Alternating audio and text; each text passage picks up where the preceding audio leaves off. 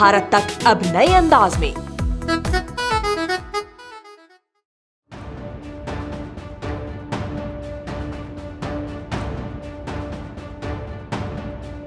चीन को ताइवान बर्बाद करने पर उतर आया है और इस बात को आप ऐसे समझ सकते हैं कि ताइवान की राष्ट्रपति ने की है मुलाकात 3 बाल्टिक देशों लातविया, लिथुआनिया और एस्टोनिया के सांसदों से, जिन्होंने दे दिए हैं यूरोपीय यूनियन और ताइवान के बीच सहयोग बढ़ाने के संकेत। ताइवान की राष्ट्रपति साई इंग वेन ने इस बात की जानकारी देते हुए कहा कि ये तीनों बाल्टिक देशों के सांसद की पहली साझा यात्रा है। बाल्टिक सांसदों का ये ताइवान दौरा चीन की आपत्ति के बावजूद हुआ है।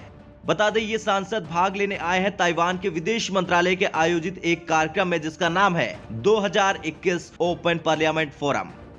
बाल्टिक देशों के सांसदों से मिलने के बाद साई ने कहा, ताइवान और बाल्टिक देशों का तानाशाही करने वाले शासनों से आजाद होने और स्वतंत्रता के लिए संघर्ष करने का समान अनुभव रहा है। हमारे पास आज जो लोकतंत्र है वो बहुत मुश्किल से हासिल हुआ है और हम इसे अच्छी तरह से समझ सकते हैं। बाल्टिक देशों के प्रतिनिधिमंडल ने ताइवान के साथ और भी मजबूत रिश्तों की उम्मीद जताई। उन्होंने कहा कि हम एकजुटता जताने के लिए यहाँ आए हैं।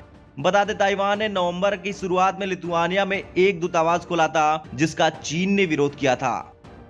तो वहीं इससे पहले ताइवान ने अमेरिका के साथ मिलकर चीन को तगड़ा झटका दिया था। दरअसल अमेरिका ने चीन को ललकार दिया है ताइवान के मसले पर और ताइवान भेज दिए हैं अपने 5 सांसदों को। यानी कि ताइवान को लेकर अब आमने सामने आ गए हैं अमेरिका और चीन। बता दें, अमेरिका के 5 सांसदों ने अचानक ताइवान पहुंचकर राष्ट्रपति साई इंग वेन से मुलाकात की। एक दिन की यात्रा का मकसद ताइवान के लिए अमेरिका के मजबूत समर्थन का इरादा था। ये यात्रा ऐसे समय हुई जब ताइवान और चीन के बीच दशकों पुराना तनाव अपने चरम पर पहुंच गया है। अब ताइवान में अमेरिका का कोई प्रतिनिधि आए और चीन चुप रहे, ये हो ही नहीं सकता।